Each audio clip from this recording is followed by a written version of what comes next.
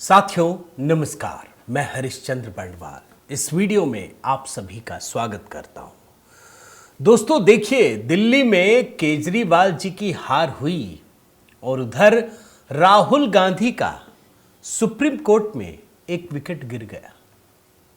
आप कहेंगे ऐसी खबर तो मैंने देखी नहीं, और सुप्रीम कोर्ट में कैसे विकेट गिर गया। इतना बड़ा झटका है दोस्तों, इतना बड़ा झटका है, आप सोच नहीं सकते।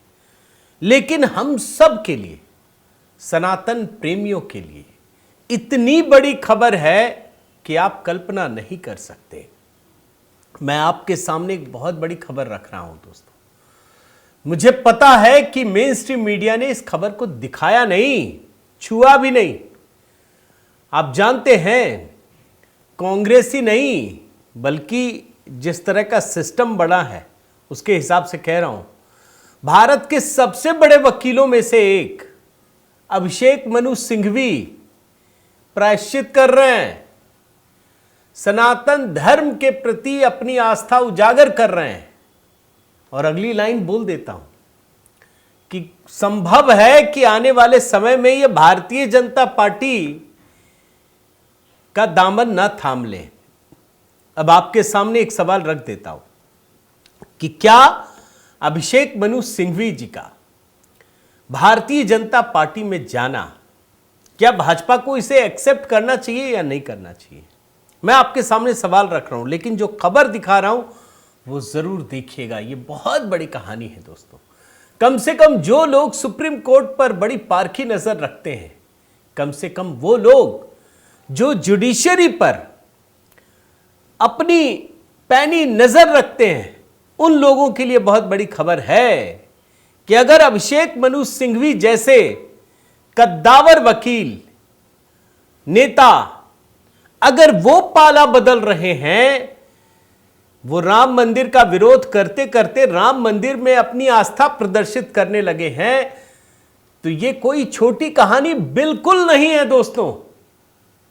और मैं इसे जीत की तरह मानता हूं। आप देखिए क्या क्या हुआ है पिछले कुछ समय में।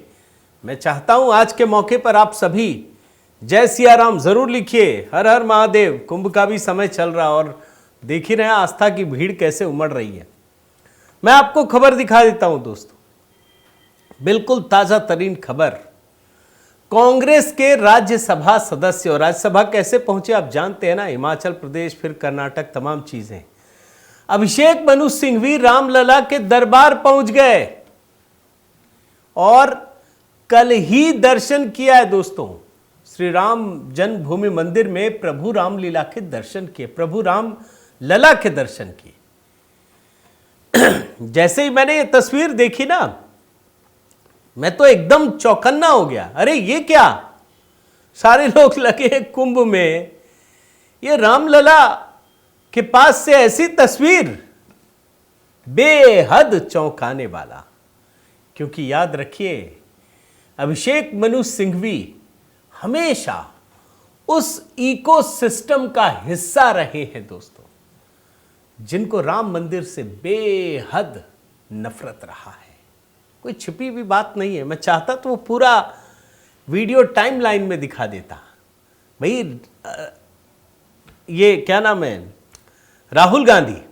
अच्छा, आपको एक बात बता दूं, राहुल गांधी के बड़े बड़े केसेस को यही हैंडल करते हैं। याद है ना, चौकीदार चोर है, मोदी चोर है, तमाम चीज। ये अभिषेक मनु सिंघवी थे, तो इनमें कोई मैं परिचय दूं अभिषेक मनु सिंघवी जी का, ये मतलब मुझे सही नहीं लगा, इसलिए मैंने कुछ निकाला नहीं। जानता है, इस देश का बच्चा बच्चा जानता है। तो राहुल गांधी राम मंदिर आंदोलन के हारने की दुदुम्भी बजा रहे थे। राहुल गांधी राम मंदिर को नाचने वालों का जमावड़ा बता रहे थे। आप जानते हैं ना कैसे कैसे विरोध किया।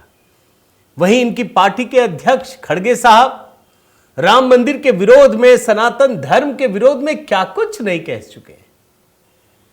अब आप सोचिए, इतना सब कुछ होने के बाद जब यह विरोध लगातार जारी है, अगर कांग्रेस का राज्यसभा सांसद और इस इकोसिस्टम का सबसे बड़ा वकील अभिषेक मनु सिंघवी रामलला में पहुंच जाए, तो कोई छोटी बात नहीं है।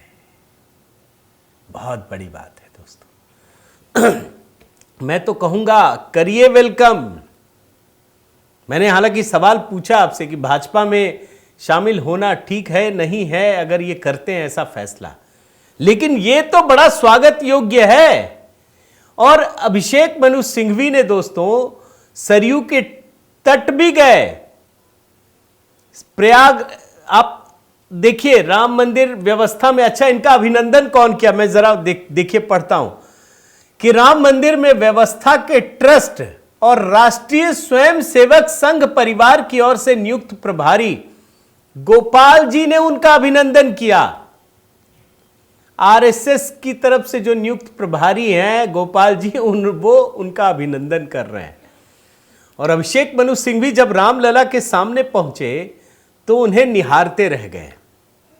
अब आप सोचिए ना, जिन लोगों को राम मंदिर पर, उसके अस्तित्व पर सवाल खड़ा करने की आदत है, अल्टीमेटली दोस्तों ये उसी इकोसिस्टम का हिस्सा रहे हैं। और सिर्फ तस्वीर नहीं आई, अभिषेक मनु सिंघवी जी ने एक्सपर्ट लिखा भी, ट्वीट किया है। क्या लिखा है मैं हिंदी में पढ़ देता हूं, हिंदी कर लिया मैंने। यह अंग्रेजी का है, इसमें 4 फोटो उन्होंने लगाया है और बड़ी अच्छी तस्वीर लगाई है। लिखते हैं ये कि आज अयोध्या में श्री राम जन्मभूमि मंदिर के दर्शन करने और सुबह की आरती के दौरान पूजा करने का दिव्य सौभाग्य प्राप्त हुआ। भगवान श्री राम हमारे देश को शांति, सद्भाव और समृद्धि का आशीर्वाद दें। यह लिखा है इन्होंने दोस्तों। अभिषेक मनु सिंघवी ने अयोध्या के कनक भवन का भी दौरा किया, जो भगवान श्री राम और माता सीता का दिव्य भवन है। यहां पर ये कह रहे हैं कि आत्मा को झकझोरने वाला अनुभव हुआ है। ये सब कुछ ऐसे ही नहीं हो रहा है दोस्तों। भगवान रामलला के दर्शन किए, इसके बाद ये हनुमानगढ़ी पहुंचे। हनुमानगढ़ी की तस्वीर भी उन्होंने शेयर की। अंग्रेजी में देखिए लिखा है जय बजरंग बली, मैं हिंदी में करके आपको बताता हूं। अयोध्या में पवित्र हनुमानगढ़ी के दर्शन का सौभाग्य मिला, बजरंग बली से दिव्य आशीर्वाद मांगा। इस पवित्र स्थल की ऊर्जा, समर्पण और आध्यात्मिक एहसास अभिभूत करने वाली है। हनुमान जी हम सभी को शक्ति, साहस और बुद्धि दे। जय बजरंग बली। दोस्तों बहुत बड़ी खबर है, बहुत बड़ी। कम से कम जो भारत के, आजाद भारत के इतिहास को समझते हैं, इस बात को महसूस करते हैं कि किस प्रकार से दशकों तक शासन करने वाली कांग्रेस ने इस देश को सनातन धर्म के प्रति नफरत उजागर करने का प्रयास किया, नफरत पैदा करने का। आप याद कीजिए 10 साल पहले के कालखंड को याद कीजिए। जय श्री राम बोलने में हीनता का भाव पैदा कर दिया गया था। डर लगता था कि जय श्री राम बोल दीजिए तो लोग सांप्रदायिक कहने लगते थे। आप उस परिस्थिति से इस परिस्थिति की तुलना कीजिए। और ये तो उसके कर्ता धर्ता रहे हैं भाई, ये बहुत बड़े मंत्री रहे हैं। अभिषेक मनु सिंघवी का ये करना कोई छोटी बात नहीं है। और ऐसा नहीं कि अचानक चले गए, कहीं घूमने गए थे और राम मंदिर चले गए, ऐसा नहीं है। इससे पहले ये महाकुंभ चले गए। मैं प्रायश्चित ऐसे नहीं कह रहा, अभिलाष में वो भी आपको दिखा दूंगा। ये महाकुंभ पहुंचे, वहां संगम पर डुबकी लगाई और ये कहा कि महाकुंभ का ये दिव्य माहौल अद्वितीय है। और तो और दोस्तों, वहां लोकसभा स्पीकर ओम बिरला और सांसद पीयूष गोयल से भी मुलाकात की। आप देखिए क्या लिखा है इन्होंने।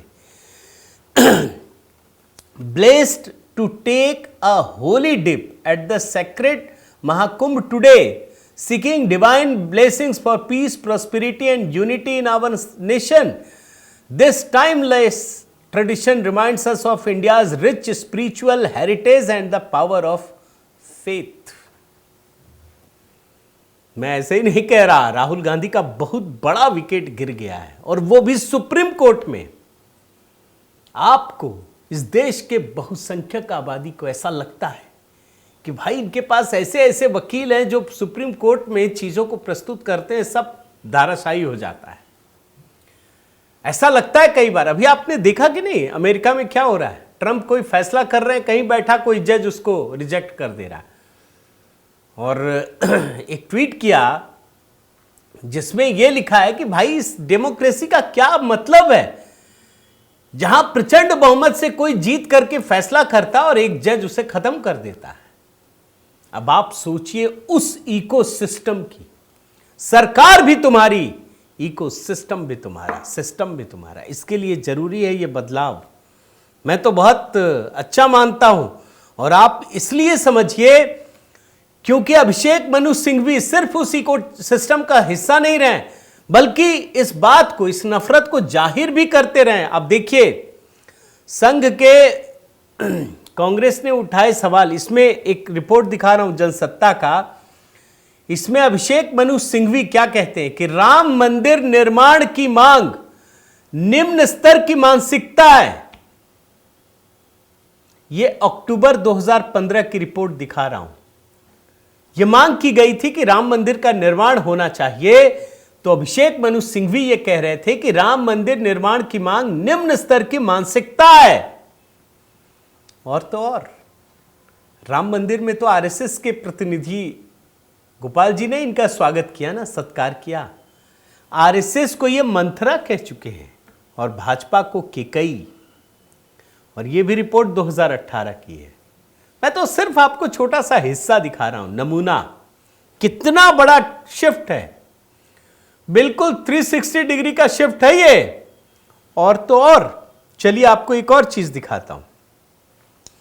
कांवड़ यात्रा नेम प्लेट विवाद याद है ना? अभिषेक मनु सिंघवी सुप्रीम कोर्ट में दलील दे रहे थे और उसके बाद ही सुप्रीम कोर्ट ने यह रोक लगाई थी। अब अगर ये सनातनी हो जाए तो कल्पना कीजिए, इतना सिर्फ एक वकील का बदलाव नहीं है, ये एक सिस्टम का बदलाव है। आप इस बात को महसूस कीजिए। भाई कश्मीर फाइल्स में आपने भी देखा ना कि सरकार भले ही तुम्हारी हो, सिस्टम तो हमारा है। ये सिस्टम वाले लोग हैं। एक बार योग की बात बताता हूं। योग में जो ओम का उच्चारण होता है ना, अभिषेक मनु सिंघवी उसका विरोध करते थे।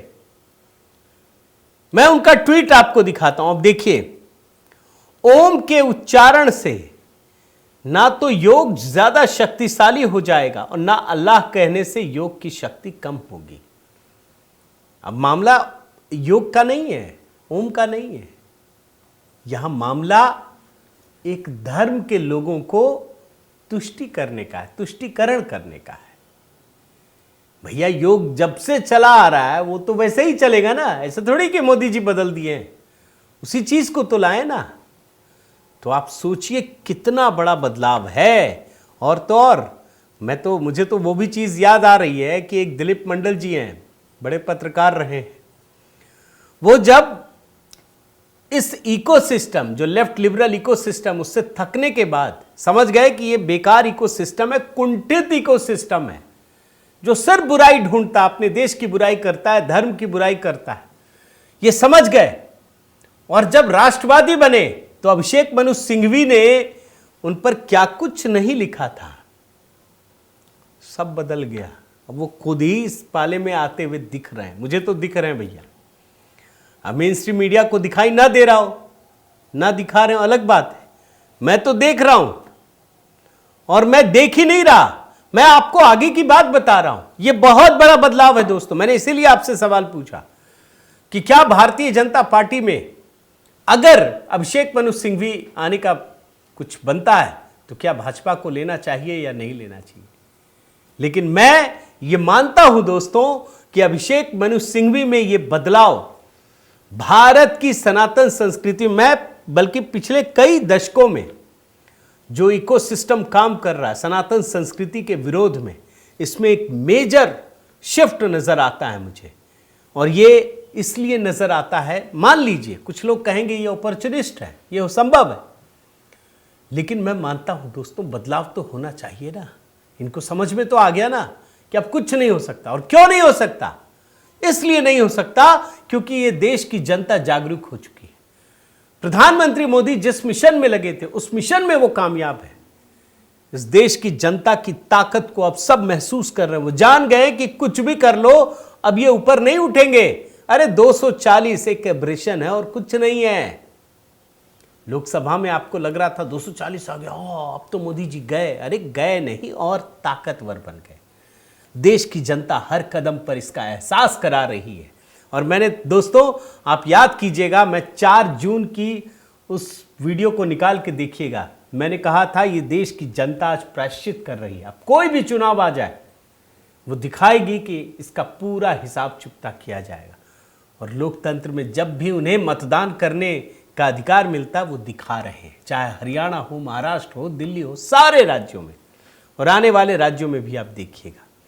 उम्मीद करता हूं दोस्तों, एक बिल्कुल नई कहानी नए अंदाज में आपको एक नैरेटिव के दृष्टिकोण से दिखाने का प्रयास किया। आपको पसंद आया होगा। आपके कमेंट का इंतजार करता हूं दोस्तों। साथ ही आपसे निवेदन करता हूं कि कल HB मेलोडी पर एक शिवरात्रि पर शानदार गीत अपलोड करने की तैयारी है, तो HB मेलोडी से जरूर जुड़िएगा। और कुंभ पर तो मैंने 3 गाने अपलोड किए, अगर आप देख नहीं पाए तो प्लीज़ हाथ जोड़ के निवेदन करता हूं, ज़रूर देखिए। वहाँ आपके प्रेम और सहयोग की बहुत प्रतीक्षा है। अपना प्रेम और स्नेह बनाए रखिए। अगर इस चैनल को सब्सक्राइब नहीं किया है तो ज़रूर कीजिए, लाइक कीजिए, कमेंट कीजिए। और हाँ, 1 मिलियन में बस कुछ ही 1000 बचे हैं। थोड़ा सा अगर आप जोर लगा दें तो जल्द से जल्द हो जाएगा। बहुत बहुत धन्यवाद। जय सिया राम।